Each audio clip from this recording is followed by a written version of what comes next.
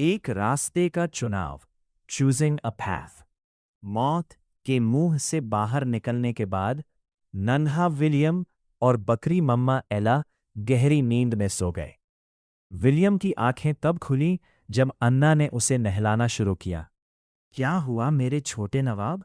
अन्ना ने विलियम के गोल मटोल गालों को चुटकी काटते हुए कहा। क्या मैंने तुम्हारी नींद खराब कर दी? या हाँ। अरे, कितना प्यारा बच्चा है, अन्ना ने गुनगुने पानी और साबुन से उसे नहलाते हुए कहा। अन्ना ने उसे गुदगुदी की तो विलियम जोर से हंस पड़ा। उसकी हंसी सुनकर एला की भी आंख खुल गई, पर यह देखकर कि अन्ना उसका ख्याल रख रही है, एला ने फिर से आंखें मूंद ली। भले ही विलियम ने उसके घाव भर दिए थे, पर उन गॉब्लिन से लड़ाई के बाद वो बुरी तरह थक चुकी थी। नहाने के बाद अन्ना ने विलियम को साफ कपड़े में लपेटकर एला के पास रख दिया। विलियम ने बिना देर किए अपनी एला मम्मा का दूध पीना शुरू कर दिया। डेली क्वेस्ट, दूध पीना पूरा हुआ। इनाम 6x पॉइंट्स, गैविन के आशीर्वाद के कारण 20% एक्स्ट्रा। कुल एक्सपेप 365 और 1366। Shepherd level 1 job XP 86 double 100। William काफी खुश था। भले ही उसे गॉब्लिन से लड़ने में डर लग रहा था, पर उन राक्षसों ने उसे ढेर सारा अनुभव XP दिया था। उसके गले में लटकी अंगूठी असल में रिंग ऑफ कॉन्क्वेस्ट थी, जो उसे गॉब्लिन क्रिप्ट नाम के एक काल कोठरी डंजन में ले गई थी। चलो पहले अपने स्किल्स हुनर देखते हैं, विलियम ने सोचा और अपना शेफर्ड जॉब क्लास का स्किल ट्री खोल लिया। वहां 4 मुख्य हुनर उपलब्ध थे। 1. स्टाफ मास्टरी, लाठी या डंडे जैसे हथियारों का हमला 10% बढ़ा देता है। 2. वुल्फ इन शीप्स क्लोथिंग, झुंड के सभी जानवरों के सभी स्टैट्स को +1 बढ़ा देता है। 3. मैग्नम बर्स्ट, ये एक धमाका करता है जिससे आसपास के दुश्मन पीछे हट जाते हैं। एक्टिव 5 माना। पैरी दुश्मन के वार को डंडे से रोकने की क्षमता बढ़ाता है।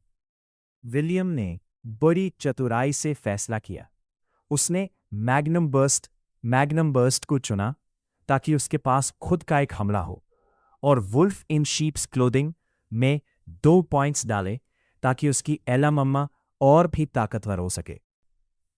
विलियम ने सोचा, 1 एक्टिव और 3 पैसिव स्किल्स। मैग्नम बर्स्ट लेना सबसे सही है क्योंकि इससे मुझे हमले की ताकत मिलेगी। बाकी तो सपोर्ट टाइप स्किल्स है। उसने बड़ी सावधानी से मैग्नम बर्स्ट और वुल्फ इन शीप्स क्लोथिंग को चुना। उसने 1 पॉइंट हमले वाले हुनर में और 2 पॉइंट सपोर्ट वाले हुनर में डाले। विलियम जानता था कि अगर वो फिर से उस काल कोठरी में गया तो उसे ज्यादातर एला मम्मा की ताकत पर ही भरोसा करना होगा। काफी सोच विचार के बाद विलियम ने लिस्ट में से मैग्नम बर्स्ट को और वुल्फ इन शीप्स क्लोथिंग को चुन लिया। उसने 1 स्किल पॉइंट हमले वाले हुनर ऑफेंसिव में और 2 पॉइंट सपोर्ट वाले हुनर सपोर्टिव में डाले। विलियम जानता था कि अगर वो फिर से उस काल कोठरी डंजन में जाने की हिम्मत करेगा तो उसे ज्यादातर समय अपनी एला मम्मा की मदद पर ही निर्भर रहना होगा। सपोर्ट स्किल को मजबूत करना मतलब एला मम्मा की ताकत बढ़ाना और अपनी सुरक्षा पक्की करना था।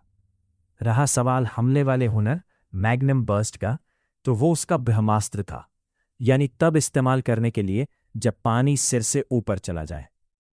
अगली बार लेवल बढ़ने पर मुझे अपनी ताकत बढ़ानी होगी। अब जरा एला मम्मा का स्टेटस देखते हैं। एला मम्मा का स्टेटस विंडो। नस्ल, रेस अंगोरियन बकरी। HP जीवन 100, माना जादू 20 ताकत स्ट्रेंथ 2, फुर्ती एजिलिटी 3, सहन शक्ति vitality. 4. बुद्धिमानी, intelligence. 2. हुनर, dexterity. 2. उपलब्ध stat points, available stat points. 2. उपलब्ध skill points, available skill points, 2. कुल exp 200। विलियम ने गौर किया कि उसकी एला मम्मा का अनुभव एक्स भी बिल्कुल उसके बराबर ही था। बिना ज्यादा सोचे नन्हे विलियम ने तुरंत दोनों स्टैक पॉइंट्स एला की फुर्ती एजिलिटी में डाल दिए। उसे लगा कि एला मम्मा जितनी तेज होंगी, दुश्मन के हमले से बचने के उनके चांस उतने ही ज्यादा होंगे। वह उसे अपनी आंखों के सामने दोबारा मरते हुए नहीं देखना चाहता था। विलियम एला मम्मा को ताकतवर बनाने के लिए अपनी जान लगा देने को तैयार था। स्टैट पॉइंट सेट करने के बाद उसने तुरंत बकरी का स्किल ट्री चेक किया। विलियम को नहीं पता था कि इस दुनिया में जानवर कैसे ताकतवर बनते हैं।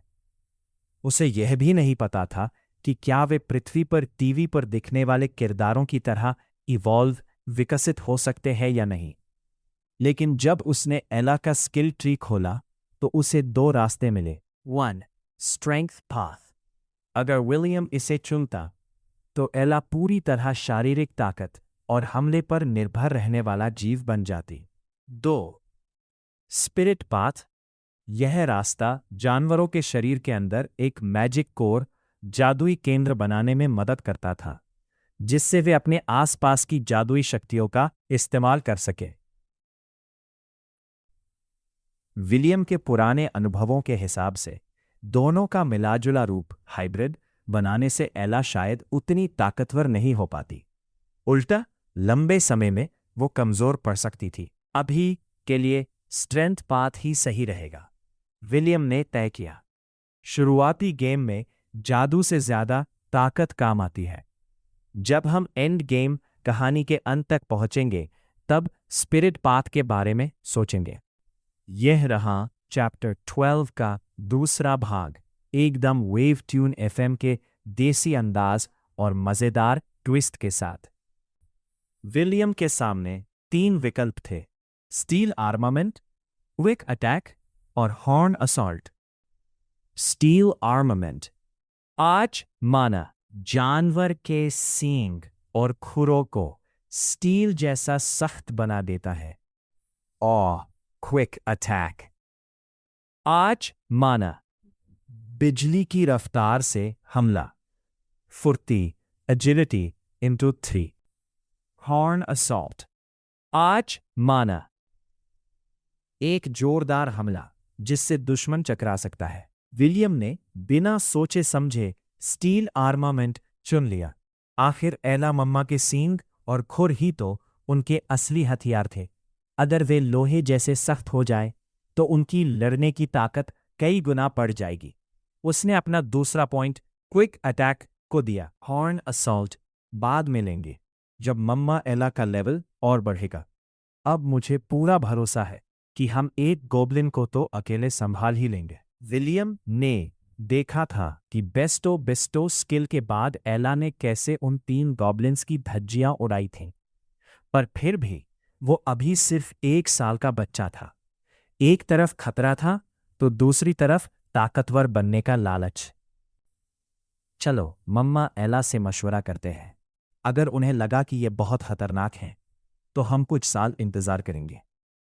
तभी सोई हुई एला की आंख खुली और उसने प्यार से विलियम का चेहरा चाटा। या गुड मॉर्निंग मम्मा। मैं है या मम्मा, एक जरूरी बात करनी है। जब माँ बेटा दिल की बातें कर रहे थे तभी बाहर से एक भारी और गूंजती हुई आवाज आई। अरे भाई, मैं आ गया, अपने घर अपनी नगरी। घर की नौकरानी ने झुककर स्वागत किया। ये एक सफेद बालों वाला हैंडसम शख्स था जिसे देखकर धरती की लड़कियां शुगर डैडी कहती। उसके चेहरे पर एक शानदार मुस्कान थी। सुना है मेरा पोता आया है, उस आदमी ने पूछा। कहाँ है वो छोटा उस्ताद? मालिक, अगर आप नन्हे मैथ्यू की बात कर रहे हैं तो वो पढ़ाई कर रहे हैं। मैं मैथ्यू की नहीं, अपने दूसरे पोते की बात कर रहा हूं। नौकरानी समझ गई। नन्हा विलियम अभी ऊपर कमरे में है। वह आदमी सीधा दूसरी मंजिल की ओर बढ़ा। या क्या कहती हो मम्मा? चलें गुफा में? 1 मैं हैं। अभी विलियम मम्मा एला के जवाब का इंतजार ही कर रहा था कि तभी कमरे का दरवाजा धड़ाम से खुला और एक अनजान आदमी अंदर आया। आहा, ये रहा मेरा शेर। उस आदमी ने ठहाका मारते हुए विलियम को गोद में उठा लिया और हवा में उछाल दिया। बिल्कुल मेरे खानदान पर गया है। बिल्कुल तेरे माँ बाप की याद दिलाती है। विलियम ने गुस्से में उस अनजान आदमी के चेहरे पर अपना छोटा सा मुक्का जड़ा, पर वो आदमी तो और जोर से हंसने लगा। हाँ, असली एंसवर्थ है तू। इतना छोटा और इतना निडर। उस आदमी ने गर्व से कहा। सुन ओ नन्हे उस्ताद, मैं तेरा दादा हूं। बोल दादाजी। या बिल्कुल नहीं, ये लो मेरा तोहफा। तभी विलियम ने दादाजी के चेहरे पर पानी की बौछार कर दी, सुसु कर दिया। विलियम की खिलखिलाहट कमरे में गूंज उठी, जबकि दादाजी सन्न रह गए। जेम्स के चेहरे पर पानी की बौछार क्या हुई, मानो वक्त ठहर गया। नन्हे विलियम की खिलखिलाहट कमरे में गूंज रही थी, जबकि उसके दादाजी एक अजीब से चेहरे के साथ उसे देख रहे थे। लेकिन कुछ ही पलों बाद वो आदमी दहाड़ मारकर हंसा और खुद भी उस बच्चे की हंसी में शामिल हो गया। तभी अन्ना कमरे में दाखिल हुई। उसे नौकरानी ने बताया था कि ससुर जी अपनी यात्रा से लौट आए हैं। उसे थोड़ी हैरानी हुई कि पुराने मिजाज के ये बुजुर्ग अपने बेटे मोड्रेड से मिलने के बजाय सीधे विलियम के पास पहुंच गए। अन्ना ने अपने होठों पर हाथ रखा और इस नज़ारे को देखकर अपनी हंसी रोकने लगी। उसके ससुर जी, जो अभी अभी सूसू से भीग चुके थे, उस नन्हे शैतान को हाथों में लिए ठहाके मार रहे थे। पिताजी, आप आखिरकार लौट आए, अन्ना ने खुद को संभालते हुए कहा। हाँ अन्ना, मैं वापस आ गया, जेम्स, मॉर्ड्रेड और मॉर्गन के पिता ने मुस्कुराते हुए जवाब दिया। ये छोटा उस्ताद तो बड़ा ही जुझारू और शरारती है। विलियम तो आम तौर पर बहुत सीधा बच्चा है, अन्ना ने चुटकी ली। पहली बार मैं भी इसका यह शरारती अवतार देख रही हूं। लड़के तो ऐसे ही होते हैं, जेम्स ने सहमति जताई। और ओए एला, अपने सींग मुझे चुभाना बंद कर, मैंने कहा रुक जा।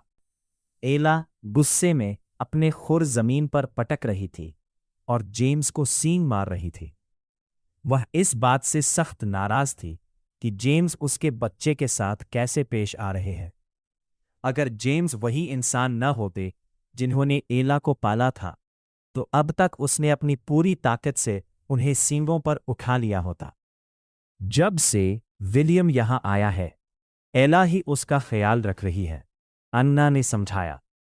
मुझे लगता है कि वो इसे अपना ही बच्चा मानती है। पिताजी, आप विलियम को एला को वापस दे दीजिए, वरना ये वाकई आपको सींग मार देगी। मैं ओह, तुम भी? मैं बस 1 साल के लिए बाहर क्या गया? तुम भूल गई कि मैंने तुम्हें पाला है? कितनी एहसान फरामोश बकरी हो तुम, जेम्स ने मजाक में कहा, पर उनके चेहरे पर मुस्कान थी। ठीक है, मैं पहले नहा लेता हूं, तुम इस नन्हे शैतान का ख्याल रखो। जेम्स ने विलियम को अन्ना को थमाया और गुनगुनाते हुए कमरे से बाहर निकल गए। साफ था कि वे आज बहुत अच्छे मूड में थे। गंदे बच्चे, अन्ना ने विलियम के गोल मटोल गालों को हल्के से चुटकी काटी। वह तुम्हारे दादाजी हैं, उन पर सुसु नहीं करते, समझे? या सोचूंगा इसके बारे में। भले ही विलियम अपने दादाजी जेम्स से पहली बार मिला था, लेकिन उसे वो बूढ़ा, जो असल में अभी भी एक जवान योद्धा जैसा दिखता था, पसंद आ गया था। विलियम इस नई जिंदगी में अपने परिवार के बारे में और जानने के लिए बेताब था और दुआ कर रहा था कि उसकी सबके साथ अच्छी जमे। पका हुआ चावल, कुक्ड राइस। तो विलियम, तुम्हारा क्या ख्याल है? जेम्स ने पूछा। तुम्हें देखने के बाद मैंने सबसे पहला काम ये किया कि अपने एक पुराने दोस्त को खत लिखा और उसकी पोती का हाथ तुम्हारे लिए मांग लिया। यानी वो अब तुम्हारी मंगेतर फियोंसे बनेगी। या मंगेतर? नन्हे विलियम के गोल मटोल गालों को सहलाते हुए वह बूढ़ा मुस्कुराया। वो तुमसे 1 साल बड़ी है, जेम्स ने समझाया। हालांकि मैंने उसे देखा नहीं है, पर वो पुराना बुढ़ा हमेशा अपनी पोती की खूबसूरती की डींगें हाँकता रहता है। और तो और, वो एक ड्यूक की बेटी है। हमारे परिवार के लिए कुलीन वर्ग नोबिलिटी की सीढ़ियां चढ़ने का ये बेहतरीन मौका है। उद्धरण डॉट डॉट डॉट। मुझे नहीं पता था कि मेरे दादाजी इतने बड़े लालची निकलेंगे। विलियम का चेहरा उतर गया। जेम्स ने बच्चे के बिगड़े हुए तेवर देखे तो उसे फुसलाने लगे। अरे, एक खूबसूरत मंगेतर होने में बुराई क्या है? क्या हुआ, पसंद नहीं आए? फिक्र मत करो, जब तुम बड़े हो जाओगे तो मैं पक्का करूंगा कि तुम जल्द से जल्द पका हुआ चावल खा लो। एक बार उसकी कोख में छोटा विलियम आ गया तो वे सगाई नहीं तोड़ पाएंगे। उद्धरण चिन्ह डॉट डॉट डॉट। या कोष्टक डॉट डॉट डॉट। कमीने इंसान। विलियम का मन हुआ कि अपने दादाजी को एक खींचकर थप्पड़ जड़ दे।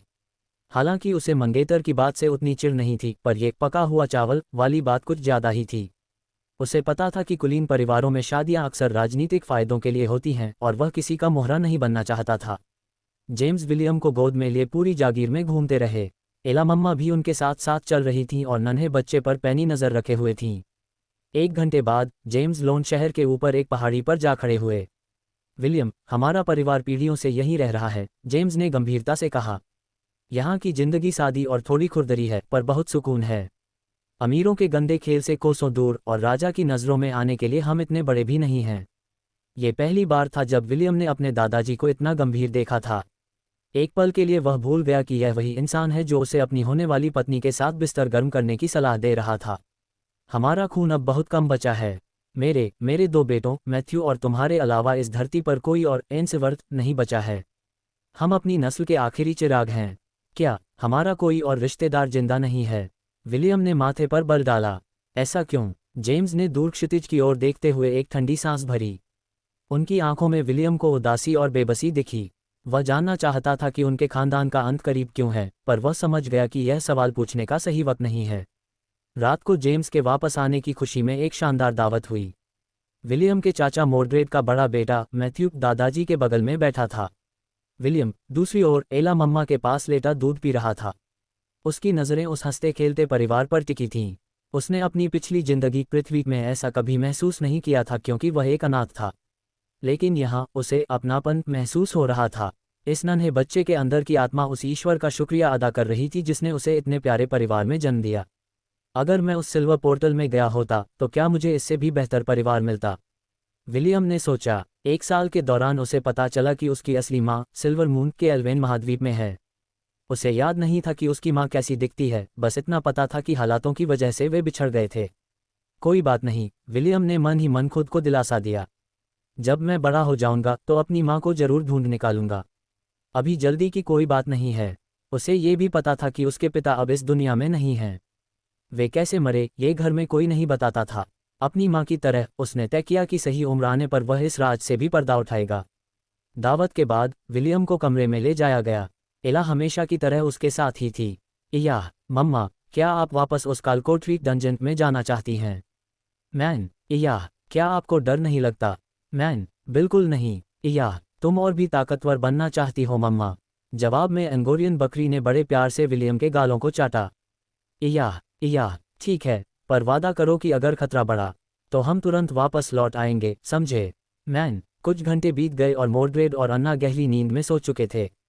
विलियम ने अपने गले में लटके उस काले छल्ले रिंग को दोनों हाथों से पकड़ा और अपनी इच्छा शक्ति से उसे सक्रिय कर दिया। एक पल के अंदर ही वह नन्हा बच्चा और बकरी उसी पुरानी नम गुफा में पहुंच गए। एला मम्मा तुरंत सतर्क हो गईं और विलियम के आगे ढाल बनकर खड़ी हो गईं। या बेस्टो। एला का शरीर एक सुनहरी रोशनी से नहा गया और उसका कद आधा मीटर और बढ़ गया। विलियम के जादुई आशीर्वाद ने एला के सभी स्टैट्स को 10 अंक बढ़ा दिया था। इतना ही नहीं, विलियम के passive skills way of the shepherd और वुल्फ इन शीप्स क्लोथिंग ने उसमें 3 अतिरिक्त अंकों का इजाफा कर दिया। अब विलियम को पक्का यकीन था कि एला मम्मा अकेले ही किसी भी गोब्लिन को धूल चटाने के लिए काफ़ी हैं। एला मम्मा का नया बैटल स्टेटस। तारांकन एचपी जीवन 425/425 पहले से 4 गुना ज़्यादा। माना जादू 150/150। तारांकन ताकत स्ट्रेंथ 15। तारांकन फुर्ती एजिलिटी 19। तारांकन सहनशक्ति वाइटैलिटी 17। इया मम्मा, हमारा समझौता याद है ना? हम एक बार में सिर्फ 1 या 2 गोब्लिन से ही भिड़ेंगे, ठीक है? मैन, एला मम्मा जमीन पर बैठ गई ताकि विलियम उनकी पीठ पर चढ़ सके। जैसे ही विलियम एला की पीठ पर बैठा, उसे एक अजीब सा एहसास हुआ। उसे लगा जैसे वह एला की पीठ से चिपक गया है। अब एला चाहे कितनी भी तेज भागे, विलियम गिरने वाला नहीं था। ऐसा लग रहा था जैसे वे दोनों मिलकर एक जान हो गए हों। यह एहसास नया था, पर विलियम को इसमें बड़ा मजा आ रहा था। या चलिए मम्मा, आगे बढ़ते हैं। मैन, वह नन्हा बच्चा और उसकी वफादार बकरी गोब्लिन क्रिप्ट की गहराइयों की ओर रेंगने लगे। विलियम का दिल सीने में जोर जोर से धड़क रहा था। वह डरा हुआ तो था, पर उसके अंदर एक उत्साह भी था। क्या वह भी उन उपन्यासों के हीरो की तरह एक महान योद्धा बन पाएगा? गुफा का अंधेरा घना होता जा रहा था और दूर से गोब्लिन्स की डरावनी आवाज़ें आने लगी थीं। कालकोठरी में पहुंचने के 15 मिनट बाद विलियम और एला को अपना पहला शिकार मिल गया। वह एक अकेला गोब्लिन था जो जलती हुई आग के चारों ओर एक अजीब सा नाच नाच रहा था। सावधानी के लिए विलियम एला की पीठ से नीचे उतर गया ताकि बकरी उसकी सुरक्षा की चिंता किए बिना खुलकर लड़ सके। या मम्मा एला, स्टील आर्मामेंट का इस्तेमाल करो। एला ने लड़ने का पैंतरा लिया और उसके सींग और खुर एक पल के लिए चमक उठे। इस हुनर का असर 1 घंटे तक रहता था, जिससे एला के सींग और पैर स्टील जैसे फौलादी हो गए थे। या क्विक अटैक, मारो। मैन, विलियम ने देखा कि एला अपनी जगह से एक धुंधली परछाई की तरह गायब हुई। अगले ही पल वह नाचता हुआ गोब्लिन हवा में कई मीटर दूर जा गिरा। एला ने बिना मौका दिए अपने फौलादी खुरों से उसके चेहरे को कुचलना शुरू कर दिया। विलियम ने दरिंदगी देखकर अपनी आंखों पर हाथ रख लिया। उसने आंखें तभी खोली जब नोटिफिकेशन की घंटी बजी। ग्रेटर दैन एक्सपी हासिल किया 60। ग्रेटर दैन कुल XP 424/1366। Greater than shepherd level 1 job XP 140/200। Greater than. Ella शान से विलियम के पास वापस आए और उसे चाटकर भरोसा दिलाया कि वह बिल्कुल ठीक है। 2 और गोब्लिन्स का काम तमाम करने के बाद एला का लेवल भी बढ़ गया। Shepherd level 2। विलियम ने एला के स्किल पेज पर जाकर ऑन असॉल्ट को अनलॉक किया और एक्स्ट्रा पॉइंट भी उसी पर डाल दिया। बाकी के 2 स्टैट पॉइंट्स उसने एला की फुर्ती में डाले। उसका प्लान सीधा था, एला इतनी तेज होनी चाहिए कि हमला भी बिजली जैसा हो और ज़रूरत पड़ने पर पीछे भी तुरंत हट सके। उधर विलियम का भी लेवल बढ़ा था, इसलिए उसके पास 3 स्टैट पॉइंट्स जमा हो गए। उसने गेविन के आशीर्वाद से मिले एक्स्ट्रा पॉइंट का इस्तेमाल वुल्फ इन शीप्स क्लोथिंग को बढ़ाने में किया। एला मम्मा का नया सुपर स्टेटस। तारांकन हुनर वुल्फ इन शीप्स क्लोथिंग 4/10। तारांकन असर झुंड के सभी जानवरों की ताकत जोड़ 4 बढ़ गई। नया स्टेटस बोनस। तारांकन ताकत 2 जोड़ 1 7। तारांकन फुर्ती 8 जोड़ 1 7। जैसे जैसे पॉइंट्स बढ़ रहे थे, विलियम का आत्मविश्वास भी बढ़ रहा था। उसने देखा कि एला को एक गोब्लिन मारने में अब सिर्फ 4 वार लग रहे थे। मरने के बाद गोब्लिन का शरीर रोशनी बनकर गायब हो जाता था। कोई लूट नहीं मिली। विलियम ने उस जगह को ताका जहां गोब्लिन मरा था। खून तक फर्श ने सोख लिया था। आधा घंटा और बीत गया, पर उन्हें कोई नया गोब्लिन नहीं मिला। काश इस कालकोठरी का कोई नक्शा होता, विलियम ने सोचा। जैसे ही उसने नक्शे के बारे में सोचा, उसके सामने उस मंजिल का लेआउट आ गया। 70% हिस्सा अंधेरे में था, पर जहां जहां वे घूम चुके थे वह साफ दिख रहा था। वाह, जो मांगा वो मिल गया। विलियम खुश होकर सोचने लगा, क्या नेविगेशन के अलावा और भी कोई फीचर्स हैं? क्या मैं चीट कोड्स इस्तेमाल कर सकता हूँ? या ग्रीड इज गुड 999,999। विलियम ने चारों तरफ देखा कि शायद सोने के सिक्कों की बारिश हो जाए, पर कुछ नहीं हुआ। उसने अपनी हार न मानने वाली शक्ल बनाई और पृथ्वी के पुराने गेम्स के कोड्स चिल्लाने लगा। या डिबग मोड। या up down left right A B select start. या टूलअप। या टर्टल। या ऑफ रोड। या रोजबर्ड। या पावर ओवरवेलमिंग। या who is your daddy? William बुरी तरह हौंफने लगा। उसने अपनी याददाश्त में बसे हर मशहूर चीट कोड को चिल्ला चिल्ला कर आजमा लिया था। अगले कुछ मिनटों तक गुफा में एक अजीब सी खामोशी छाई रही। न कोई सोना बरसा, न ही उसे अमरता मिली। ओह, तो मतलब इस गेम को पहले ईमानदारी से क्लियर करना होगा, तभी न्यू गेम जोड़ वाला मोड खुलेगा। ठीक है भाई, चुनौती मंजूर है। विलियम ने मन ही मन सोचा और एला मम्मा को इशारा किया कि वह उनकी पीठ पर सवारी करना चाहता है। अब उसके सामने नक्शा तैर रहा था, जिससे रास्ता ढूंढना बच्चों का खेल बन गया था। नक्शे के अंधेरे कोनों को साफ करते समय उसे नीचे जाने वाली सीढ़ियां भी मिलीं। एक पल के लिए उसका मन हुआ कि सीधे दूसरी मंजिल पर छलांग लगा दे, पर विलियम स्वभाव से एक कंप्लीशनिस्ट, सब कुछ पूरा करने वाला था। उसने तय किया कि जब तक पहली मंजिल का कोना कोना नहीं छान लेगा, वह आगे नहीं बढ़ेगा। करीब 1 घंटे की मशक्कत के बाद उन्होंने 70% नक्शा साफ कर लिया था। तभी विलियम की नज़र नक्शे पर पड़ी। वहां सामने 2 लाल डॉट्स चमक रहे थे। आखिरकार विलियम ने सोचा, अब आएगा मजा, राउंड 2। याह मम्मा, क्विक अटैक मारो। मैन, याह सॉरी मम्मा, मैं जोश में होश खो बैठा था। एला मम्मा नीचे बैठी ताकि विलियम उतर सके। विलियम रेंगता हुआ एक कोने में छिप गया और एला बिजली की रफ्तार से उन 2 गोब्लिन से भिड़ने के लिए आगे बढ़ गईं। नन्हा विलियम सामने चल रही लड़ाई को देखने में इतना खो गया था कि उसने अपने नक्शे की तरफ ध्यान ही नहीं दिया, जहां एक तीसरा लाल डॉट बहुत ही धीमी रफ्तार से रेंगता हुआ ठीक उसके पीछे आ रहा था। विलियम खतरे से अनजान था और वह गोब्लिन अपने शिकार के बिल्कुल करीब पहुंच चुका था। क्या विलियम इस पीछे से होने वाले हमले से बच पाएगा? क्या उसकी मैग्नम बर्स्ट शक्ति उसे इस मुसीबत से निकालेगी? सही शिकार की तलाश, finding a suitable target. William बड़े मजे से एला मम्मा को 2 गोब्लिन से लड़ते हुए देख रहा था कि तभी वह जादुई लकड़ी की लाठी स्टाफ अचानक उसके सामने आ गई और उसका नज़ारा ब्लॉक कर दिया। इस लाठी को क्या हुआ? विलियम ने सोचा। तभी उस लाठी ने उसकी स्क्रीन पर मौजूद नक्शे को थपथपाया। विलियम की सिट्टी पिट्टी गुम हो गई जब उसने देखा कि वह लाल डॉट बिल्कुल उसके पीछे पहुंच चुका है। डर के मारे विलियम ने लाठी को दोनों हाथों से जकड़ लिया और धीरे से पीछे मुड़कर देखा। सिर्फ 4 मीटर की दूरी पर एक खूंखार गोब्लिन अपने दोनों हाथों में गदा लिए खड़ा था और गुस्से में गुर्रा रहा था। याह मम्मा, इससे पहले कि गोब्लिन हमला करता, एक सफ़ेद बिजली जैसी चमक एला मम्मा उसके पास से गुजरी और गोब्लिन को दूसरी दिशा में उड़ा दिया। मैन, एला मम्मा विलियम के आगे ढाल बनकर खड़ी हो गईं। वह गोब्लिन धीरे धीरे खड़ा हुआ क्योंकि एला का यह हमला उसे मारने के लिए काफ़ी नहीं था। बाकी के 2 गोब्लिन भी अब उनकी तरफ ही बढ़ रहे थे। याह मम्मा, यहाँ से भागो। एला मम्मा ने बिना आव देखा न ताव विलियम के कपड़ों को अपने मुंह से पकड़ा और वहां से सरपट भाग निकली। सुरक्षित जगह पहुंचकर विलियम को एहसास हुआ कि वह अपनी शक्तियों को लेकर कुछ ज़्यादा ही हवा में उड़ रहा था। उसे लगा था कि मैप और एला के नए स्किल्स के साथ वह अजेय है। मैं बहुत घमंडी हो गया था, विलियम ने सोचा। मैं भूल गया कि यह एक कालकोठरी है। यहाँ राक्षस कहीं भी और कभी भी पैदा हो सकते हैं। पुराने गेम्स की तरह यहाँ भी रैंडम एनकाउंटर्स होना आम बात थी। अगर वह लाठी उसे याद न दिलाती तो अब तक विलियम का पका हुआ चावल बन चुका होता।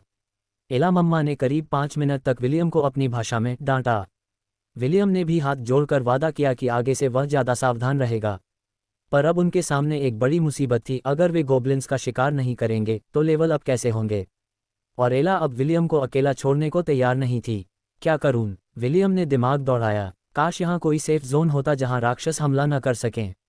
उसने मैप चेक किया पर उसे ऐसी कोई जगह नहीं दिखी। तभी उसकी आंखों में चमक आ गई। उसे याद आया कि हर गेम वाली कहानी में एक ऐसी ताकत होती है जो हीरो की जिंदगी आसान बनाती है, और वो जादुई चीज़ है यह सिस्टम। विलियम ने आंखें मूंद लीं। उसे लगा कि बस उसे पुकारना है और वह हाजिर हो जाएगा। अंधेरे के बीच उसे दूर कुछ चमकता हुआ दिखा। वह रेंगता हुआ वहां पहुंचा और उसे अपनी मंजिल मिल गई। वहां 3 वेदियां थीं जिन पर उन 3 देवताओं के दिए हुए तोहफे रखे थे। तारांकन शतरंज का मोहरा द किंग, तारांकन CPU core the CPU core, तारांकन लॉलीपॉप। विलियम ने शतरंज के मोहरे और लॉलीपॉप को अभी छोड़ दिया और सीधे CPU कोर को छू लिया। जैसे ही उसका हाथ कोर से लगा, एक चकाचौंध कर देने वाली रोशनी फैल गई। Greater than ding, closing square bracket, greater than system सक्रिय हो गया है। Closing square bracket, greater than आत्मा की पहचान की जा रही है। Closing square bracket, greater than host की पहचान हो गई है। Closing square bracket, greater than loading शुरू। Closing square bracket, greater than error. Closing square bracket, greater than system खोलने के लिए मेजबान के पास न्यूनतम योग्यता नहीं है। Closing square bracket, greater then. अरे भाई, ये क्या बात हुई? विलियम का मुंह खुला का खुला रह गया। आखिर वो मिनिमम रिक्वायरमेंट क्या है? ग्रेटर दैन सिस्टम बंद हो रहा है। 3, 2, 1। Closing square bracket, greater than. रोशनी ओझल हो गई और CPU कोर की चमक फीकी पड़ गई। विलियम ने मायूसी के साथ अपनी अप्रेजल पहचानने की शक्ति का इस्तेमाल किया ताकि वह जान सके कि गेविन के इस तोहफे को शुरू करने के लिए आखिर चाहिए क्या। Greater than CPU core, greater than सक्रिय करने की शर्त, job level 10। Greater than, job level 10। William ने अपना छोटा सा सिर खुजलाया। मैं अभी लेवल 2 पर हूँ। मतलब मुझे सिस्टम खोलने के लिए 8 और लेवल चाहिए। नन्हे बच्चे ने आंखें खोली और एक लंबी आह भरी। उसके पास सिस्टम तो था, पर ताला लगा हुआ। पर विलियम हार मानने वालों में से नहीं था। उसने ठान लिया कि वह इस सिस्टम को चालू करके ही दम लेगा। याह मम्मा एला, अभी के लिए वापस चलते हैं। मैन, विलियम ने अंगूठी सक्रिय की और वापस अपने कमरे में पहुंच गया। भले ही यह रोमांचक सफ़र जल्दी खत्म हो गया, पर विलियम खाली हाथ नहीं लौटा था। पहला, उसने एक लेवल बढ़ा लिया था। दूसरा, उसे गेविन के तोहफे की असलियत पता चल गई थी। पर विलियम को यह नहीं पता था कि उसके चेतना के सागर में तैर रही वे 3 चीजें साधारण वस्तुएं नहीं, बल्कि दिव्यता थी, यानी देवताओं का अंश, जिनमें दुनिया के नियमों को बदलने की ताकत थी। अगली सुबह, जैसे ही मोड्रेड और अन्ना कमरे से बाहर गए, विलियम ने अपना एक्सपेरिमेंट शुरू किया। उसने फर्श पर बैठकर अपनी जादुई लाठी को बुलाया। लाठी उसके सामने हवा में तैरने लगी, मानो उसके आदेश का इंतजार कर रही हो। याह मैग्नम बर्स्ट। लाठी फर्श से टकराए और हवा का एक जोरदार झोंका निकला जिसने एला मम्मा को कुछ मीटर पीछे धकेल दिया। कमरे के कालीन और कुर्सियां भी इधर उधर बिखर गए। विलियम ने तुरंत एला का स्टेटस चेक किया। शुक्र था कि उसे कोई चोट नहीं आई थी। इसका मतलब था कि यह हुनर उसके साथियों को नुकसान नहीं पहुंचाता था। मुझे अब किसी असली दुश्मन पर इसे आजमाना होगा, विलियम ने सोचा। याह मम्मा, मुझे बाहर ले चलो। मैन, याह मुझे बाहर घूमना है। एला नीचे बैठी और विलियम उसकी पीठ पर सवार हो गया। गुफा की तरह यहाँ भी उसे महसूस हुआ कि वह एला की पीठ से जुड़ गया है। जैसे ही वे कमरे से बाहर निकले, उनका सामना दादाजी जेम्स से हुआ। ओह, जेम्स ने हैरानी से देखा। तुम दोनों कहाँ की तैयारी में हो? याह बाहर। मैन, मुझे तुम्हारी भाषा तो समझ नहीं आती, पर घर से ज्यादा दूर मत जाना, समझे? जेम्स ने मुस्कुराते हुए कहा। जेम्स बड़े मजे से उस बकरी और बच्चे को मुख्य द्वार से बाहर जाते हुए देखते रहे। ये बच्चा मुझे मेरे बचपन की याद दिलाता है, जेम्स बुदबुदाए। सिर्फ 1 साल का है और अभी से शिकार पर निकल पड़ा है। विलियम ने एक पेड़ पर अपनी शक्ति आजमाई और जवाब में उसके सिर पर ढेर सारी पत्तियां गिर पड़ीं। पेड़ की छाल पर कोई खरोंच तक नहीं आई थी, लेकिन उस धमाके एओई का असर हो चुका था। तो मतलब, इस हुनर से अभी कोई डैमेज नुकसान नहीं हो रहा क्योंकि मेरी ताकत अभी 0 है। विलियम ने अपना छोटा सा माथा सिकोड़ा। पर फिर भी, इसमें नॉकबैक का असर तो है ही। विलियम ने अपने स्टैट्स देखे और एक ठंडी सांस भरी। विलियम का नया स्टेटस कार्ड। तारांकन ताकत 0, तारांकन बुद्धिमानी 14 जोड़े 1, एक्सपी 544136। तारांकन शेपर्ड लेवल 2। लेवल अप होने के लिए मुझे अभी 822 और एक्सपी चाहिए। एक गोब्लिन मारने पर 60 मिलते हैं, मतलब 14 गोब्लिन्स और चटकाने होंगे। विलियम ने सोचा कि क्या उसे अपनी ताकत बढ़ानी चाहिए, पर फिर उसने मना कर दिया। उसे लगा कि अभी सपोर्ट रोल निभाना ही बेहतर है। मैग्नम बर्स्ट भले ही नुकसान न दे, पर अगर कोई दुश्मन पास आए तो उसे पीछे धकेलने के लिए ये काफ़ी था। इससे एला मम्मा को उसकी मदद के लिए आने का वक्त मिल जाएगा। याहा मम्मा, हॉर्न असॉल्ट मारो। मैन, एला के सींग आकार में 2 गुने हो गए और लाल अंगारे जैसे चमकने लगे। उसने एक गोब्लिन को अपने सींगों पर टांग लिया। एला यहीं नहीं रुकी, वह उस गोब्लिन को सींगों पर लिए गुफा की दीवार की तरफ दौड़ी और उसे कुचलकर रख दिया। ग्रेटर दैन एक्सपी हासिल किया 60। ग्रेटर दैन कुल एक्सपी 604/1366। ग्रेटर दैन, शाबाश। विलियम मुस्कुराया। वह एक साथ कई काम कर रहा था, लड़ाई पर नज़र, मैप की चेकिंग और हाथ में जादुई लाठी लेकर खुद की हिफाजत। उसने पिछली गलती से सबक सीख लिया था। ग्रेटर दैन एक्सपी हासिल किया 60। ग्रेटर दैन एक्सपी हासिल किया 60। ग्रेटर दैन एक्सपी हासिल किया 60। ग्रेटर दैन एक्सपी हासिल किया 60। ग्रेटर दैन 13 और गोब्लिन्स का सफाया करने के बाद आखिरकार विलियम का लेवल बढ़ गया। Shepherd level 3। तारांकन नया हुनर, वुल्फ इन शीप्स क्लोथिंग 7/10। तारांकन असर, अब एला मम्मा के सभी स्टैट्स 7 अंक बढ़ चुके थे। विलियम जानता था कि यह सबसे सुरक्षित निवेश है। एला जितनी शक्तिशाली होगी, वह उतना ही महफूज रहेगा। अब बारी एला मम्मा के हुनर की थी। तारांकन क्विक अटैक 2/5, अब इसकी रफ्तार फुर्ती बाई 3.5 हो गई थी। तारांकन हॉर्न असॉल्ट 2/10, अब इसका डैमेज ताकत बाई 2.5 हो चुका था। चलो, पहली मंजिल का तो पत्ता साफ हो गया, विलियम ने खुशी में तालियां बजाईं। अब वक्त है दूसरी मंजिल की ओर बढ़ने का और देखने का कि वहां हमारे लिए कौन सा रोमांच इंतजार कर रहा है। एला ने प्यार से विलियम के गालों को चाटा। वह बहुत अच्छे मूड में थी क्योंकि वह खुद को पहले से कहीं ज्यादा ताकतवर महसूस कर रही थी। उसकी इकलौती चिंता बस विलियम की सलामती थी। जैसे विलियम ने उसके मन की बात पढ़ ली हो, उसने आगे बढ़कर एला के गले को गले लगा लिया। याह, चिंता मत करो मम्मा, मैं अपनी हिफाजत खुद करूंगा। मैन, याह चलिए दूसरी मंजिल पर चलते हैं। विलियम मुस्कुराते हुए एला की पीठ पर बैठ गया। वह वॉरियर बकरी सधे हुए कदमों से नीचे की ओर बढ़ी और अपने नन्हे सवार को लेकर गोब्लिन क्रिप्ट की दूसरी मंजिल की गहराइयों में उतर गई। समय रेत की तरह फिसलता गया और देखते ही देखते 9 साल बीत गए। विलियम के लिए ये 9 साल किसी रोमांचक फिल्म से कम नहीं थे।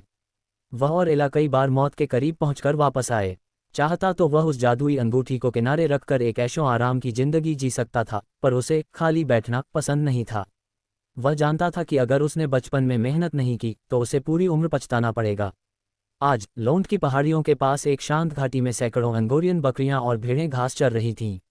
वहीं पास में एक 10 साल का लड़का पेड़ की एक डाल पर बैठा अपनी पूरी चौकसी से अपने झुंड की निगरानी कर रहा था। हवा उसके छोटे लाल बालों को सहला रही थी। उसके अपने झुंड में करीब 50 बकरियां थीं, जबकि बाकी की देखभाल लोंड के दूसरे चरवाहे कर रहे थे। विल, एक किशोर लड़का भागता हुआ उस पेड़ के पास आया। तुम्हारे दादाजी तुम्हें ढूंढ रहे हैं। दादाजी, विलियम ने अपने दोस्त थियो की तरफ देखा, जो लोंड के सबसे वरिष्ठ चरवाहे का बेटा था।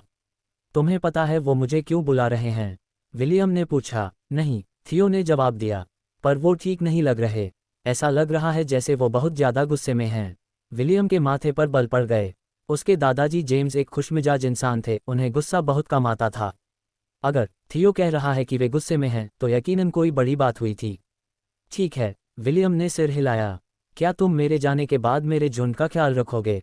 अगर मैं शिफ्ट खत्म होने तक वापस नहीं आया तो उन्हें बाड़े में ले जाना। पर मुझे तो दोपहर में दोस्तों के साथ खेलना था। मैं तुम्हें एप्पल पाई का एक टुकड़ा दूंगा।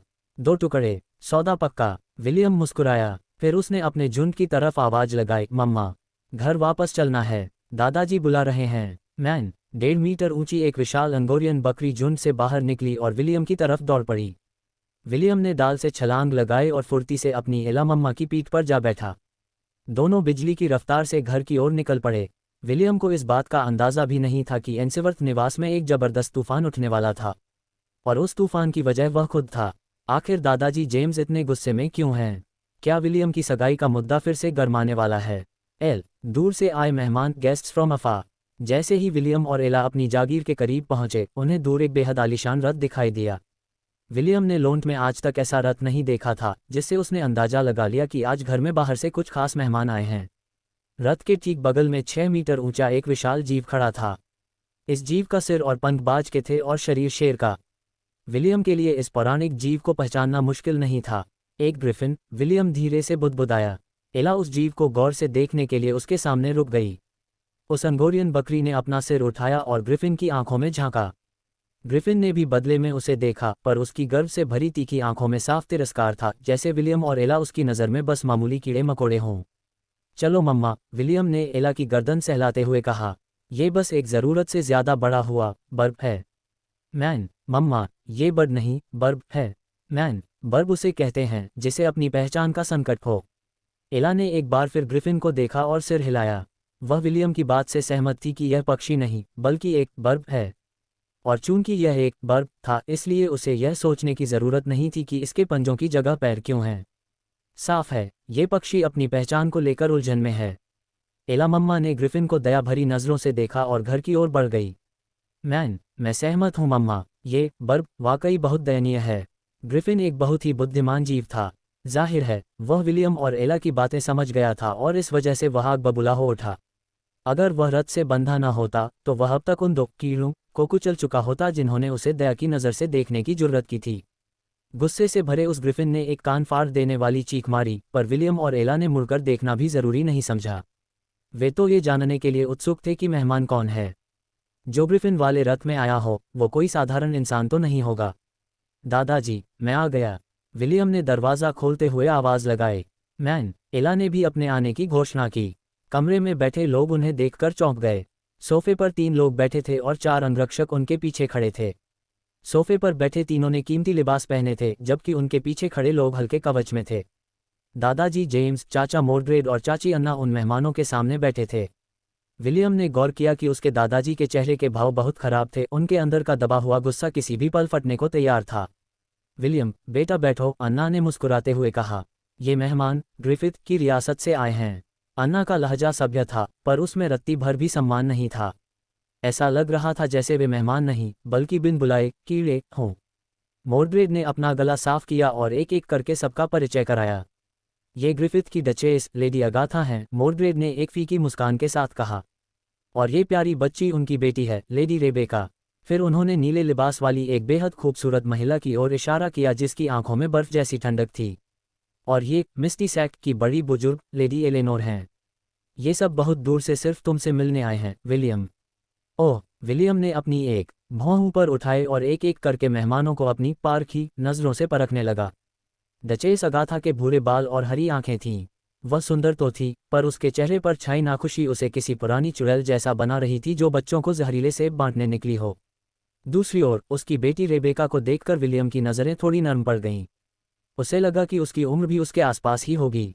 रेबेका के छोटे भूरे बाल रेशम की तरह चमक रहे थे। उसकी आंखें उसकी माँ की तरह ही हल्के हरे रंग की थीं, पर उस बुढ़िया के मुकाबले रेबेका की आंखों में एक चमक और मासूमियत थी। विलियम ने उस बुढ़िया जैसी लड़की को देखा और मन ही मन सोचा कि अगर वह भी उन ठरकी लड़कों जैसा होता तो शायद उसे अपने कमरे में बंद करके बस देखता रहता। रही बात उस बर्फीली सुंदरी लेडी एलेनोर की, जो उसे चीर देने वाली नज़रों से देख रही थी, विलियम ने उसे दोबारा मुड़कर भी नहीं देखा। वह सुंदर तो थी, पर विलियम को अंदाज़ा हो गया था कि यह औरत मुसीबत की जड़ है। आप सभी को मेरा नमस्कार, विलियम ने एक दिलकश मुस्कान के साथ कहा। मेरा नाम विलियम वॉन इन्सवर्थ है, छोटा नाम विल। मैं इस पूरे महाद्वीप का सबसे हैंडसम 10 साल का लड़का हूँ। मुझे ये कहने में कोई झिझक नहीं है कि मुझसे ज़्यादा सुंदर आपको कोई नहीं मिलेगा। बाकी लड़के, विलियम ने तिरस्कार के साथ अपना मुंह बनाया। उद्धरण चिन्ह ... वे सब दूसरे नंबर के लिए आपस में लड़ सकते हैं। विलियम की इस बेशर्मी भरी घोषणा के बाद कमरे में सन्नाटा छा गया। यहाँ तक कि वह गुस्से वाली बुढ़िया और ठंडी सुंदरी भी फटी आंखों से विलियम को देखने लगीं। विलियम की मुस्कान और चौड़ी हो गई, साफ था कि वह इस नतीजे से बहुत खुश था। तभी दादाजी जेम्स के जोरदार ठहाके ने सन्नाटे को तोड़ दिया। हा, बिल्कुल मेरे पोते पर गया है। जेम्स ने तालियां बजाईं। उनका सारा गुस्सा पल भर में गायब हो गया और उनकी आंखें खुशी से चमक उठीं। आखिर एंसवर्थ खानदान का खून है। विलियम ने अपने बालों को झटके से पीछे किया और एक किलर स्माइल दी। उसने उस छोटी सी गुड़िया रेबेका की तरफ मुझे पता है तुम मुझे पसंद करती हो वाला चेहरा बनाया। भले ही विलियम चरागाह से लौटकर आया था, उसके कपड़े गंदे थे, चेहरा धूल से भरा था और बाल बिखरे हुए थे, पर उसकी पन्ने जैसी हरी आंखों की चमक ने रेबेका को प्रभावित कर ही दिया।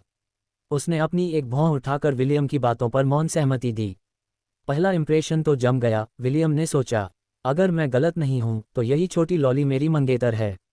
मानना पड़ेगा, दादाजी ने मेहनत तो की है। विलियम को रेबेका पसंद आए और उसने मन ही मन उसे थम्स अप दे दिया। उसे पता था कि कुछ ही सालों में ये लड़की एक बेमिसाल सुंदरी बनेगी। विलियम के हिसाब से इससे शादी करना कोई बुरा सौदा नहीं था।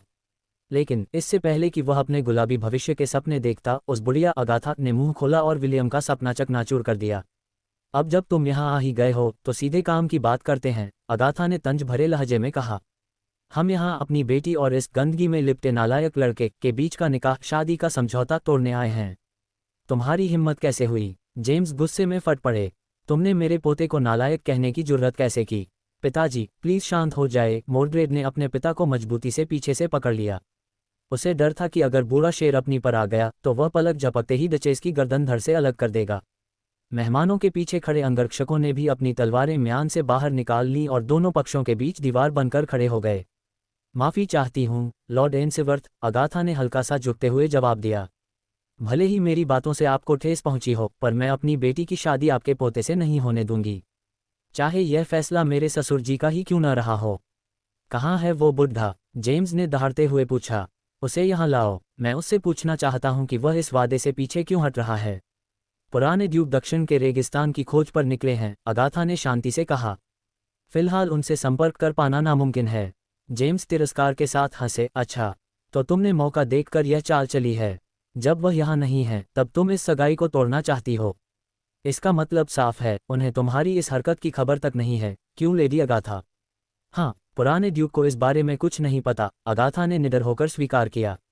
उसका इरादा साफ था, ससुर जी की गैरमौजूदगी में वह इस रिश्ते को खत्म करके ही दम लेगी। बहुत अच्छे, बहुत ही अच्छे, जेम्स ने अगाथा को घूरते हुए कहा। सोचा नहीं था कि एक मामूली सी बैरोनेस ड्यूक से शादी करने के बाद इतने पर निकाल लेगी। तो क्या तुम्हारा पति भी इस बात से सहमत है? मेरे पति की भी यही राय है। अगाथा ने अपनी ठुड्डी ऊपर की। ग्रिफिथ के वर्तमान ड्यूक इस जबरदस्ती की शादी को नहीं मानते। अगर आप उनसे बात करना चाहते हैं तो ग्रिफिथ रियासत में आपका स्वागत है। हम आपकी खातिरदारी करके बहुत खुश होंगे। खातिरदारी, जेम्स ने दांत पीसते हुए कहा। तुम्हारे और उस कमीने पति के लिए बेहतर होगा कि तुम अपनी गर्दनें धोकर तैयार रखो। तुम चाहती हो मैं तुम्हारी जागीर में आऊं? ठीक है, जब मैं आऊंगा तो अपने साथ रेड प्लेग को भी लेकर आऊंगा। फिर देखता हूं तुम मेरी खातिरदारी कैसे करती हो। रेड प्लेग का नाम सुनते ही अगाथा और मिस्टी सेक्ट की एलेनोर के चेहरे का रंग उड़ गया। वे सन्न रह गईं, क्योंकि उन्हें पता था कि जेम्स मजाक नहीं कर रहे थे। क्या हुआ? जेम्स ने ताना मारा। डर लग रहा है। तुम्हें लगता है कि तुम और तुम्हारा पति इस समझौते को तोड़ सकते हो। और एलेनोर, लगता है तुम्हारे मिस्टी सेक्ट की बुढ़ियाओं के पास बहुत खाली समय है। क्या तुम भी चाहती हो कि मैं तुम्हारे पहाड़ों की सैर पर आऊं? अगाथा और एलेनोर के चेहरे गंभीर हो गए। भले ही जेम्स के दोबारा युद्ध भूमि पर लौटने की संभावना कम थी, पर वे ये जोखिम नहीं ले सकती थीं। जेम्स की धमकी को नज़रअंदाज करना मौत को दावत देने जैसा था। दादाजी, शांत हो जाए। विलियम ने अपने दादा के हाथ को थपथपाया। आप मेहमानों के साथ बदतमीजी कर रहे हैं। अरे ओ नन्हे उस्ताद, मैं ये सब तेरे लिए कर रहा हूँ। जेम्स का मन हुआ कि इस लड़के को पकड़कर 2-4 हाथ जड़ दें। फिक्र मत कीजिए दादाजी, मैं इसे संभाल लूंगा, विलियम ने एक टेढ़ी मुस्कान के साथ कहा। बस आप शांत हो जाए। इस उम्र में हार्ट अटैक आ गया तो लेने के देने पड़ जाएंगे। चाची, प्लीज़ दादाजी को उनके कमरे में ले जाए। मेहमानों से मैं निपट लूंगा। अन्ना ने अपने भतीजे को गर्व से देखा और सिर हिलाया। पिताजी, चलिए, मुझे यकीन है विलियम इन कीड़ों, मेरा मतलब है मेहमानों से बेहतर तरीके से निपट लेगा। जेम्स नाक फुलाते हुए कमरे से बाहर निकल गए। मोर्ड्रेड ने राहत की सांस ली और विलियम को अपने बगल में बैठने का इशारा किया। खतरा टलता देख गार्ड्स ने भी अपनी तलवारें अंदर रख लीं। तो विलियम ने सोफे पर पसरते हुए कहा, आप लोग ये रिश्ता तोड़ना चाहते हैं। क्या मैं जान सकता हूं कि क्यों? अगाथा उस लड़के को बड़ी हैरानी से देख रही थी। विलियम जिस तरह बात कर रहा था, वह किसी 10 साल के बच्चे का लहजा नहीं था। भले ही उसे ऐसा नहीं लगा कि वह किसी वयस्क से बात कर रही है, पर उसे इतना समझ आ गया था कि बातचीत की कमान अब इस बच्चे के हाथ में है। तुम्हारे सवाल का जवाब मैं देती हूँ, लेडी एलेनोर ने ठंडे स्वर में कहा। रेबेका एक जीनियस है, ऐसी प्रतिभा जो 200 सालों में एक बार पैदा होती है। उसकी गुरु होने के नाते मैं अपनी शिष्या की शादी किसी ऐरे गैरे से नहीं होने दे सकती। ओह, समझ गया। विलियम ने सिर हिलाया। बिल्कुल वाजिब बात है। क्या तुम सहमत हो? एलेनोर ने हैरानी से अपनी भौहें सिकुड़ीं। तुम मानते हो कि तुम मेरी शिष्या के लायक नहीं हो? आप गलत समझ रही हैं। विलियम ने अपना सिर झटका। मैं आपका कारण समझ गया, पर मैं उससे सहमत नहीं हूँ। खैर, चूंकि आप इस वजह से रिश्ता तोड़ने आए हैं, तो यकीनन आप पूरी तैयारी के साथ आई होंगी, है ना? अगाथा को अब एहसास होने लगा था कि यह धूल में सना लड़का जितना साधारण दिख रहा है, उतना है नहीं। उसके बात करने का ढंग ऐसा था जैसे यह शादी टूटना उसके लिए कोई बड़ी बात ही ना हो। पूरी तैयारी से तुम्हारा क्या मतलब है? अगाथा ने पूछा। मेरा मतलब है हरजाना।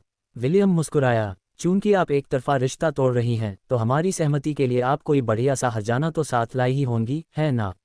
मोर्ड्रेड अपने भतीजे की बातें सुनकर बाहर से तो शांत था, पर अंदर से उसके होश उड़े हुए थे। विलियम ने आज तक उनके सामने ऐसा व्यवहार नहीं किया था। एक पल के लिए उसे शक हुआ कि उसके बगल में बैठा ये लड़का उसका असली भतीजा है भी या नहीं। अच्छा, तो तुम्हें हरजाना चाहिए? अगाथा ने सिर हिलाया। ठीक है, बोलो कितना सोना चाहिए? सोना? मुझे सोने चांदी में कोई दिलचस्पी नहीं है, विलियम ने जवाब दिया। क्या आपको लगता है कि हम गरीब हैं? हाँ, अगाथा ने मन ही मन कहा। तुम कंगाल हो, एलेनोर ने सोचा।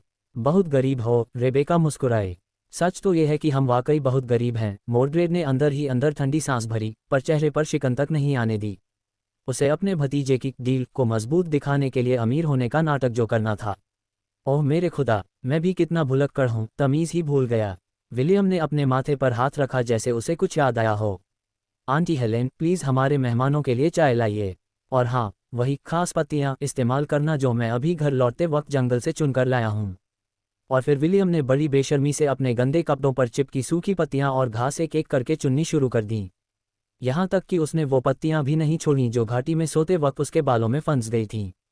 जैसी आपकी आज्ञा, छोटे मालिक, हेलेन, घर की नौकरानी ने मुस्कुराते हुए वो घास फूस ले लिया और स्पेशल चाय बनाने किचन की तरफ चल दी। फिक्र मत कीजिए, चाय अभी आती ही होगी।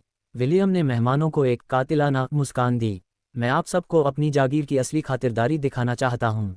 मोर्ड्रेड ने शर्म के मारे अपनी नज़रें फेर लीं और हल्का सा खांसा। वह गरीब जरूर था, पर इतना बेशर्म नहीं कि मेहमानों को वो घास पिलाए जो लोंड की बकरियां चरागाह में चरती थीं। अगाथा और एलेनोर ने अपनी घृणा को चेहरे पर आने से रोकने की पूरी कोशिश की। उन्हें यकीन नहीं हो रहा था कि विलियम ने उन्हें जंगली घास की चाय पिलाने की जुर्रत की है। ये सीधे तौर पर उनके चेहरे पर एक तमाचा था और वे गुस्से से उबल रही थीं। वहीं रेबेका बड़े मजे से विलियम को देख रही थी।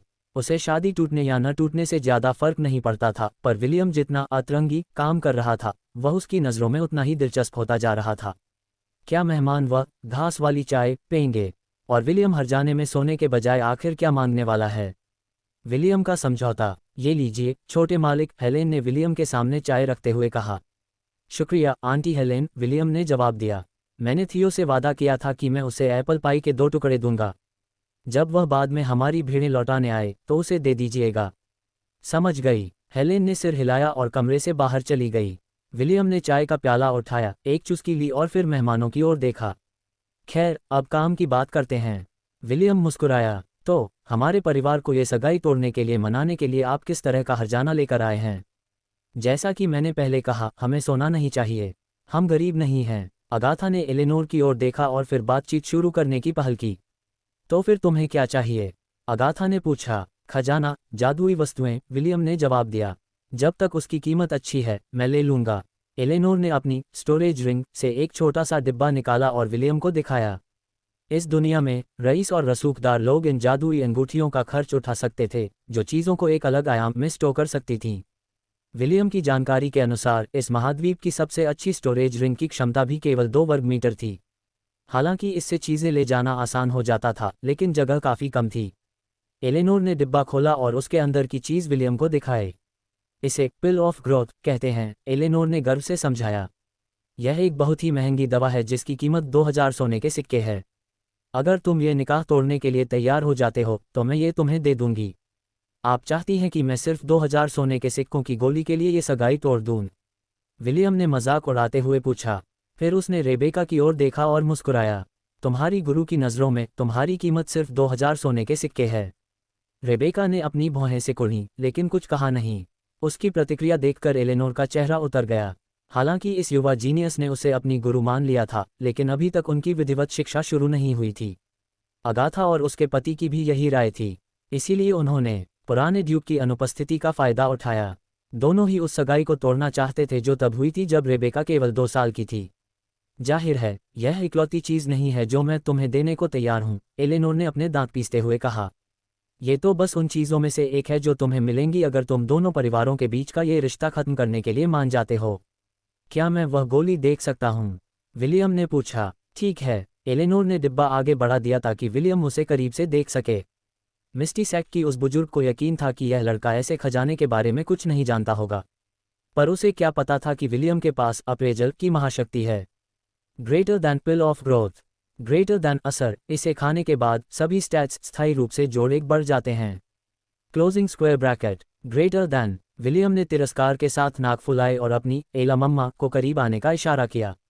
मम्मा, ये अच्छी चीज़ है। विलियम मुस्कुराया। मैन, चख कर देखो मम्मा। विलियम ने वो गोली उठाकर सीधे एला के मुंह में डाल दी। ये देखकर अगाथा, एलेनोर और उनके पीछे खड़े चारों गार्ड्स के होश उड़ गए। उस अंगोरियन बकरी ने गोली चबाए और उसकी आंखें हैरानी से फैल गईं। कैसी है? विलियम ने पूछा। मैन, बस ठीक ठाक ही है, एला ने सिर हिलाकर पुष्टि की। हालांकि गोली ने उसके सभी स्टैट्स जोड़ एक बढ़ा दिए थे, लेकिन स्वाद उसे कुछ खास नहीं लगा। ये तुमने क्या किया? एलेनोर को अपनी आंखों पर यकीन नहीं हो रहा था। इस लड़के ने कीमती पिल ऑफ ग्रोथ एक बकरी को खिला दी। संसाधनों की इतनी बर्बादी। उन चारों अंगरक्षकों की आंखों में खून उतर आया था। पिल ऑफ ग्रोथ की कीमत मिस्टी सेक्ट में 5000 सेक्ट क्रेडिट्स के बराबर थी। उन्हें 2 साल तक हार तोड़ मेहनत करनी पड़ती थी, तब कहीं जाकर वे उस एक गोली को हासिल कर पाते थे। और यहाँ इस लड़के ने उसे बकरी का चारा बना दिया। क्या हुआ? विलियम ने मासूमियत से पूछा। वो बस एक मामूली सी गोली ही तो थी। फिक्र मत कीजिए, मैंने इसे इस्तेमाल कर लिया है, तो आप इसे मेरे हर्जाने की लिस्ट में से काट सकती हैं। एलेनोर का सीना गुस्से के मारे ऊपर नीचे हो रहा था। वह गोली असल में रेबेका के लिए उसका तोहफा थी, लेकिन इस देहाती लड़के को शादी तोड़ने के लिए राजी करने के चक्कर में उसने भारी मन से इसे देने का फैसला किया था। पर उसे इसे टॉफ़ी की तरह बकरी को खिलाते देख एलेनोर का पारा 7वें आसमान पर पहुंच गया। एलेनोर की हालत देख अगाथा ने मोर्चा संभाला और अपनी स्टोरेज रिंग से एक दूसरा खजाना निकाला। ये देखो, यह एक जादुई लाठी है, अगाथा ने तंज कसते हुए कहा। भले ही तुम्हारे अंदर जादुई शक्ति की एक बूंद भी न हो, पर तुम इसे किसी ऐसे इंसान को दे सकते हो जो तुमसे ज़्यादा काबिल हो। विलियम ने अगाथा की बेइज्जती को अनसुना किया और उसके हाथ से लाठी ले ली।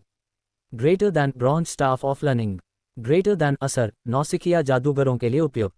Closing square bracket, greater than बुद्धिमानी जोड़ 3 बढ़ाता है। Closing square bracket, greater than. William ने नाक सिकोड़ी और लाठी अगाथा को वापस थमा दी। माफ़ करना, मुझे ऐसी सस्ती लाठी में कोई दिलचस्पी नहीं है। कुछ और बेहतर है क्या? सस्ती, इसकी कीमत 1000 सोने के सिक्के है। अगाथा का मन हुआ कि उसी लाठी से विलियम का सिर फोड़ दे। उसे यकीन नहीं हो रहा था कि एक मामूली चरवाहा इसे सस्ता कह रहा है। मुझे घटिया क्वालिटी की चीज़ें पसंद नहीं। विलियम ने कंधे उचकाए, फिर उसने रेबेका की तरफ देखा। अच्छा, सब कहते हैं कि तुम जीनियस हो। क्या तुम जादूगरनी हो? हाँ, रेबेका ने छोटा सा जवाब दिया। क्या तुम्हारे पास अपनी जादुई लाठी है? है, दिखाओ मुझे। रेबेका ने थोड़ा सोचा और फिर बेमन से अपनी लाठी प्रकट की। अगाथा वाली पीतल की लाठी के मुकाबले रेबेका की लाठी गहरे नीले रंग की थी। वह किसी भाले जैसी दिखती थी जिसके ऊपर गुलाब के आकार का एक बड़ा बैंगनी क्रिस्टल जड़ा था। विलियम की आंखें चमक उठीं। उसे समझ आ गया कि यह कोई मामूली चीज़ नहीं है। क्या मैं इसे छू सकता हूँ? फिक्र मत करो, तोड़ूंगा नहीं। विलियम ने अपना सीना ठोंका। बस करीब से देखना चाहता हूँ। ठीक है, पर सिर्फ आधे मिनट के लिए, रेबेका ने शर्त रखी। इसकी कीमत 20,000 सोने के सिक्के है। 20,000? इतनी महंगी? विलियम ने जैसे ही लाठी को अपने हाथों में लिया ताकि उसका अप्रेजल कर सके, अचानक उसकी आंखों के सामने शब्दों की एक लड़ी नाचने लगी। Greater than, ding, closing square bracket, greater than. क्या आप आइस मेज जॉब क्लास हासिल करना चाहेंगे? Closing square bracket, greater than. हाँ, नहीं। Greater than. विलियम का दिल जोर से धड़का। आइस मेज, मतलब रेबेका की लाठी छूने से मुझे उसकी क्लास मिल रही है। ये तो वाकई में किसी चीट कोड से कम नहीं था। नोटिफिकेशन पढ़ते ही विलियम सुन्न पड़ गया। उसे खुद को संभालने में कुछ सेकंड लगे और उसने तुरंत हाँ, येस पर क्लिक कर दिया। वक्त खत्म। रेबेका ने विलियम के हाथों से अपनी जादुई लाठी वापस झपटते हुए कहा। तुम्हारा आधा मिनट पूरा हो चुका है। विलियम अभी भी ख्यालों में खोया था। उसने रेबेका की बात अनसुनी कर दी क्योंकि वह अपनी नई जॉब क्लास को निहारने में व्यस्त था। ग्रेटर दैन, बधाई हो, आपने आइस मेज जॉब क्लास हासिल कर ली है। Closing square bracket, greater then. Ice मेज क्लास को सब क्लास कैटेगरी में जोड़ दिया गया है। Closing square bracket, greater then. Ice मेज, ग्रेटर दैन। एक जादूगर जो बर्फ के जादू में माहिर है। ग्रेटर दैन, ठंड के प्रति सहनशक्ति बढ़ती है। ग्रेटर दैन, नया हुनर सीखा, आइस बुलेट। ग्रेटर दैन, भाड़ में जाए सब। क्या सिर्फ एक लाठी पकड़ने से मुझे नई जॉब क्लास मिल गई? विलियम का दिल सीने में ढोल की तरह बज रहा था। वह हमेशा सोचता था कि नई क्लास कैसे मिलेगी, पर उसे सपने में भी अंदाज़ा नहीं था कि यह इतना आसान होगा। विलियम के चेहरे पर हैरानी देखकर अगाथा और एलेनोर उसे हिकारत से देखने लगीं। उन दोनों को लगा कि लड़का लाठी की कीमत जानकर सदमे में आ गया है। कितना जाहिल है, अगाथा ने सोचा। गंवार कहीं का, एलेनोर मुस्कुराई। बगल में बैठे चाचा मोर्ड्रेड ने माथे पर बल डाला। विलियम के हाथ कांप रहे थे। उन्हें लगा कि शायद उनका भतीजा डर गया है और उन्हें बीच बचाव करना चाहिए। कर क्या आप लोगों के पास और भी ऐसी महंगी चीज़ें हैं? विलियम हकलाते हुए बोला, अपनी ज़िंदगी में पहली बार मैंने इतनी अद्भुत चीज़ पकड़ी है। अगर आप मुझे इसी लेवल की कम से कम 5 और चीज़ें दिखा दें तो मैं ये सगाई तोड़ने के लिए तैयार हो जाऊंगा। सिर्फ दिखा दें? अगाथा ने पूछा। तुम उन्हें लोगे नहीं? नहीं लूंगा, विलियम ने अपनी उत्तेजना पर काबू पाते हुए जवाब दिया। मैं बस उन्हें एक बार हाथ में पकड़ना चाहता हूँ, जैसे अभी उस लाठी को पकड़ा था। अगर हम ऐसा करते हैं तो क्या तुम वाकई सगाई रद्द करने के लिए लिखित में दोगे? एलेनोर ने पुख्ता किया। आखिर वे यहाँ इसीलिए तो आई थीं। अगर लड़का खुद लिखित में दे दे तो पुराने ड्यूक भी कुछ नहीं कर पाएंगे। हाँ, लेकिन चीज़ें इसी क्वालिटी की या इससे बेहतर होनी चाहिए, विलियम ने शर्त रखी। मैं घटिया सामान को हाथ भी नहीं लगाऊंगा। अगाथा और एलेनोर ने एक दूसरे की ओर देखा और सिर हिलाया। उन्होंने अपनी स्टोरेज रिंग्स से सबसे महंगे और नायाब खजाने निकाले और विलियम के सामने ढेर लगा दिया। विलियम की आंखों में चमक आ गई। ग्रेटर दैन, डिंग, क्या आप फायर मेज क्लास हासिल करना चाहेंगे? ग्रेटर दैन, डिंग, क्या आप वाटर मेज क्लास हासिल करना चाहेंगे? ग्रेटर दैन, डिंग, क्या आप अर्थ मेज क्लास हासिल करना चाहेंगे? ग्रेटर दैन, डिंग, क्या आप विंड मेज क्लास हासिल करना चाहेंगे? Greater than. एलेनोर ने अलग अलग तत्वों की जादुई लाठियां पेश की थीं। चूंकि वह खुद एक जादूगरनी थी, उसके पास जादुई हथियारों का भंडार था। विलियम की सांसें हर नई चीज़ के साथ भारी होती जा रही थीं। उसकी आंखें लाल हो गई थीं, जिसे देखकर एलेनोर मन ही मन बहुत खुश हो रही थी। उसे लगा कि लड़का अब अपनी औकात समझ गया है। कुएं का मेढक अब समझ गया है कि वह हंस रेबेका को पाने के काबिल नहीं है, एलेनोर ने सोचा। जाग जाओ अपनी हसीन दुनिया से, ओ देहाती लड़के। जादुई हथियारों के बाद विलियम अगाथा के हथियारों के कलेक्शन की तरफ बढ़ा।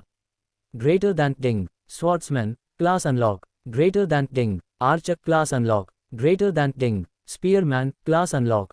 Greater than ding, monk, class unlock. Greater than ding, thief, class unlock. Greater than. William का शरीर खुशी के मारे थरथरा रहा था। वह इतना उत्तेजित हो चुका था कि ऐसा लग रहा था मानो किसी भी पल बेहोश होकर गिर जाएगा। उसे एक साथ इतने सारे जॉब क्लासेस मिल चुके थे कि वह अब अपनी इस नई दुनिया का सबसे बड़ा चीटर बन चुका था। विलियम, क्या तुम ठीक हो? मोर्ड्रेड ने पूछा। वह अपने भतीजे की हालत देखकर वाकई घबरा गया था। मुझे अपनी पूरी जिंदगी में इतना अच्छा कभी महसूस नहीं हुआ, विलियम ने भारी आवाज में जवाब दिया। उसने एक कदम पीछे हटाया और सोफे पर गिरते गिरते बचा। शुक्र था कि मोर्ड्रेड का ध्यान उसी पर था और उसने वक्त रहते उसे संभाल लिया। क्या तुम संतुष्ट हो? अगाथा ने पूछा। क्या तुम अब हमारे समझौते का मान रखोगे? हाँ हाँ, विलियम ने जवाब दिया। वह अभी भी उस परम सुख से पूरी तरह बाहर नहीं आया था जो उसे इतनी सारी नई शक्तियां कॉपी करके मिला था।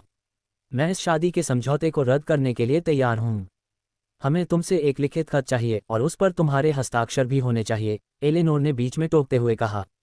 ऐसा नहीं है कि हमें तुम पर भरोसा नहीं है, पर कागजी कार्रवाई पूरी होनी चाहिए। समझ गया, विलियम ने सिर हिलाया और कागज कलम मंगवाए। उसने खत लिखना शुरू किया। उसने लिखा कि वह अपने दादाजी और रेबेका के दादाजी के बीच तय हुए इस रिश्ते को मंजूर नहीं करता। लेकिन रिश्ता तोड़ने की जो वजह उसने लिखी, उसे पढ़कर किसी के भी पैरों तले जमीन खिसक जाए। विलियम ने लिखा कि रेबेका उसके काबिल नहीं है।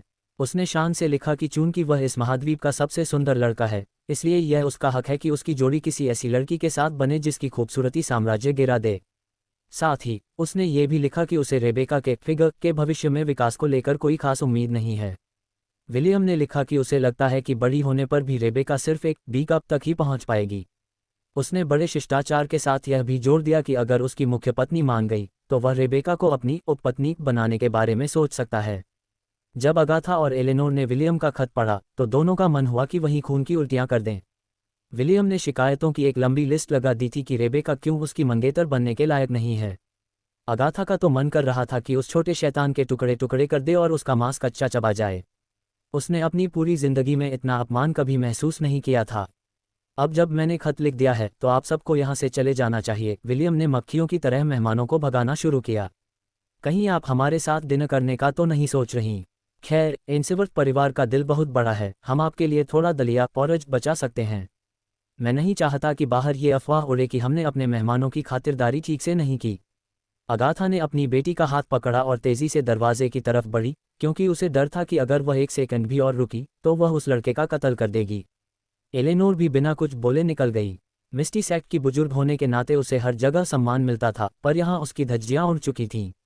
उसने मन ही मन विलियम को कोसा और भविष्य में बदला लेने की ठान ली। रेबेका को खत के अंदर की गंदी बातें पता नहीं थी, इसलिए वह चुपचाप अपनी माँ के पीछे चली गई। उसे लगा कि विलियम एक दिलचस्प लड़का है, पर मंगेतर बनने के लायक नहीं।